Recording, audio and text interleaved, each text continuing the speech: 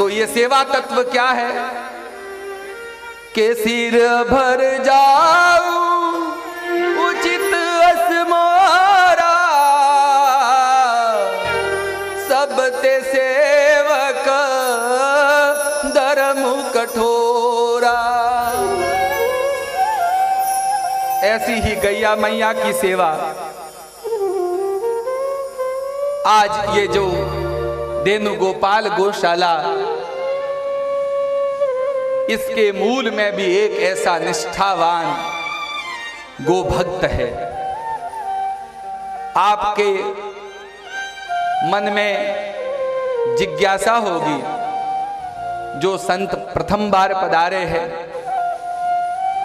उनके मन में भी जिज्ञासा होगी कि आखिर कौन से सेवक का वो निष्काम कर्म योग था जिसने आज इस सुरभि यज्ञ को नीचे उतार दिया गोलोक से। ऐसा कौन सा साधक था जिसने इतने संत महात्माओं को यहां तक खींच डाला? ऐसा कौन सा साधक था जिसने ऐसे ग्वाल बाल वेशभूषा में सबको खींच लिया? ऐसा कौन सा साधक था कि पांडाल छोटा पड़कर यज्ञशाला तक लोगों के बैठने की जगह नहीं है?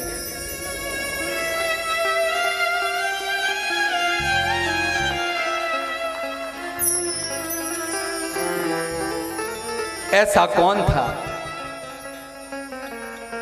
बड़ा साधारण वेश में दिखता है, कोई आकर्षक कपड़े भी नहीं पहनता। जो पैंट आगे मिली पैंट पहन ली, शर्ट मिला शर्ट पहन लिया, ऐसा भी नहीं भाव। क्योंकि साधक को जो सेवा में लगा होता है उसको अपनी जब देह की ध्यान भान नहीं रहता तो अपने कपड़ों की बात ही क्या। घटना है नवंबर 2011 की। इसी सियाणा गौशाला के कुछ दूर पर छोटी सी ढाणी का एक व्यक्ति धर्मचंद गुजर, जिसको हम सब लोग स्नेह और प्रेम से धर्मू भाई कहते हैं,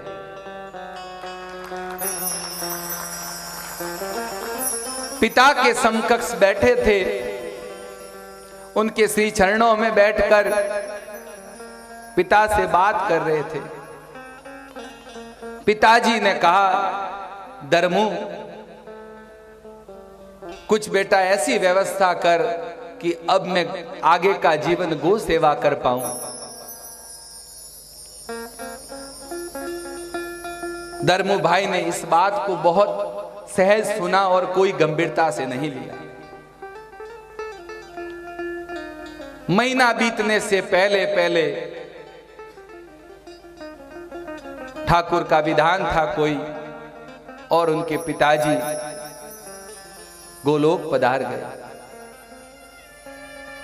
जैसे ही पिताजी गोलोक पधारे, 15 दिन पूर्व की हुई वार्ता का वो मर्म वाक्य कि मैं गो सेवा करना चाहता हूं, पुत्र के मन में एक बात बैठ गई कि मेरे पिता का कोई भारी स्वप्न था,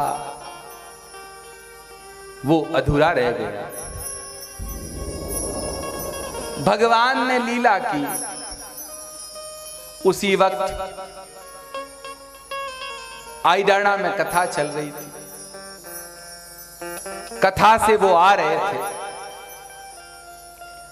आसमान में बादल घनघोर घटा छाई हुई थी।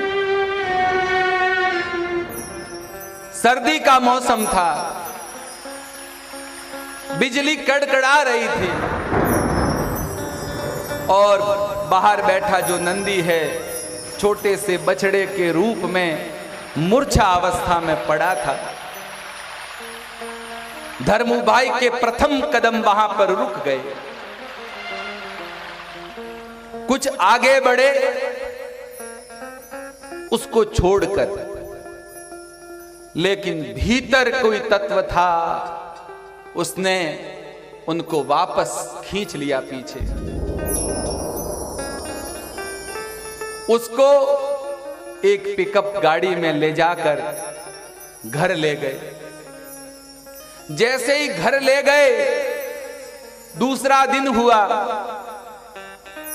दृष्टि बदल गई और सृष्टि बदल गई। उनको सारी घायल बीमार गौ माता दिखने लग गई। दूसरे ही दिन 3 गोवंश दिख गया। कहां ले जाते? घर ले गए। क्रम बढ़ता बढ़ता बढ़ता 70 गौ माताएं किसी के घर में चली जाए तो वो अपना परिवार क्या करेगा? पूरा परिवार एक कमरे में सिमट गया और घर के हर कमरे में, बरामदे में 70 गौ माताओं की सेवा लगातार 3.5 साल तक केवल अकेला परिवार करता रहा। इस बीच की एक मार्मिक घटना और है। धर्मू भाई का सारा अर्थोपार्जन के जो साधन थे वो छूट गए।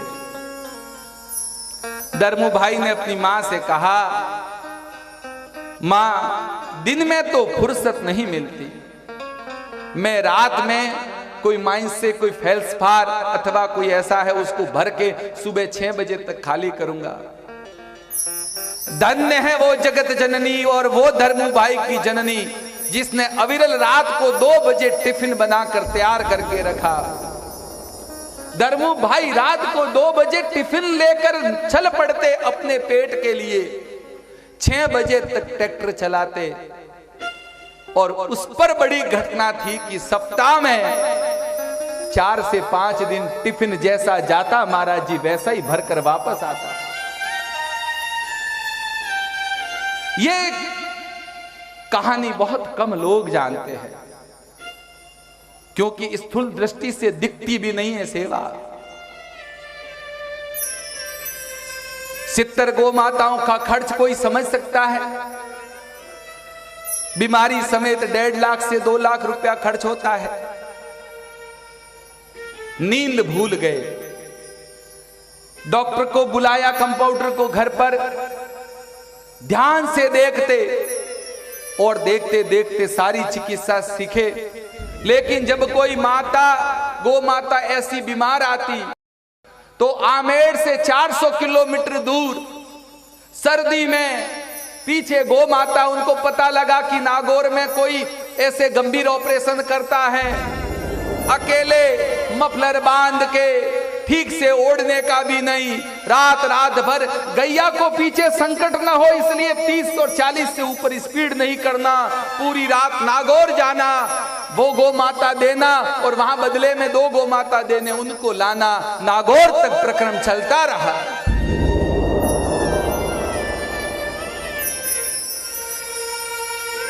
उसके बाद उनको पथमेड़ा का ज्ञान हुआ। 30 से 35 बार वहां जाना हुआ। फिर मां ने लीला की, घाणेराव में गैया मैया और अन्य जीवों के लिए ऑपरेशन की व्यवस्था हुई तो वहां तो सैकड़ों बार गए। लेकिन इसके आगे एक और बात छुपी हुई है। धर्मू भाई रात को पता लगता कि सुबह के लिए चारा नहीं, मेडिकल के लिए पैसा नहीं, अपनी पीड़ा कहां जाके कहे, किससे कहे।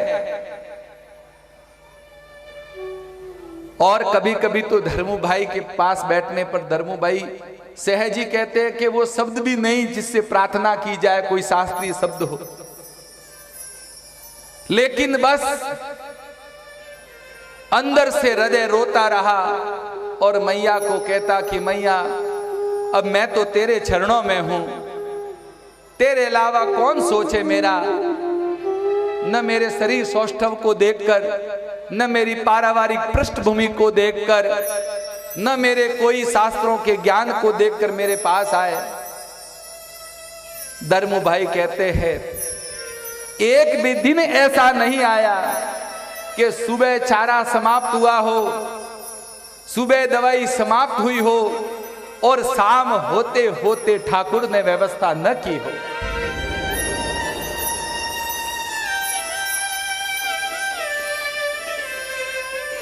यद्यपि एक बात व्यासपीठ से कहने में, क्योंकि गुप्त बात थी, लेकिन फिर भी कह रहा हूं।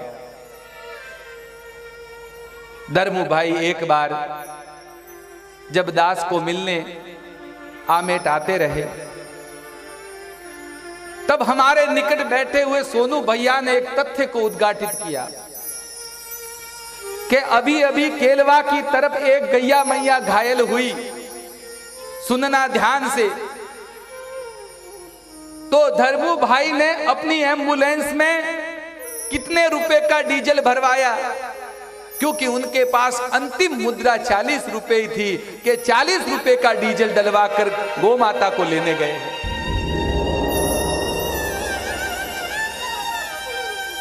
ऐसे धर्मू भाई,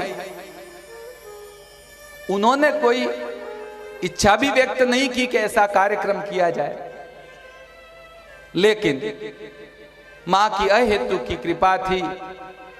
पिछले 14-15 महीनों का निरंतर दास का उनसे मिलन था। गैया मैया ने कृपा करते करते करते एक बात दास के समझ में अच्छे से आ गई कि जिनको हम विशुद्ध गो सेवक कह सकते हैं, ऐसे अगर हमको सृष्टि में या जहां कहीं भी मिले 5 नाम चुनने पड़े, तो उन 5 सर्वश्रेष्ठ गो भक्तों में धर्मू भाई भी एक है।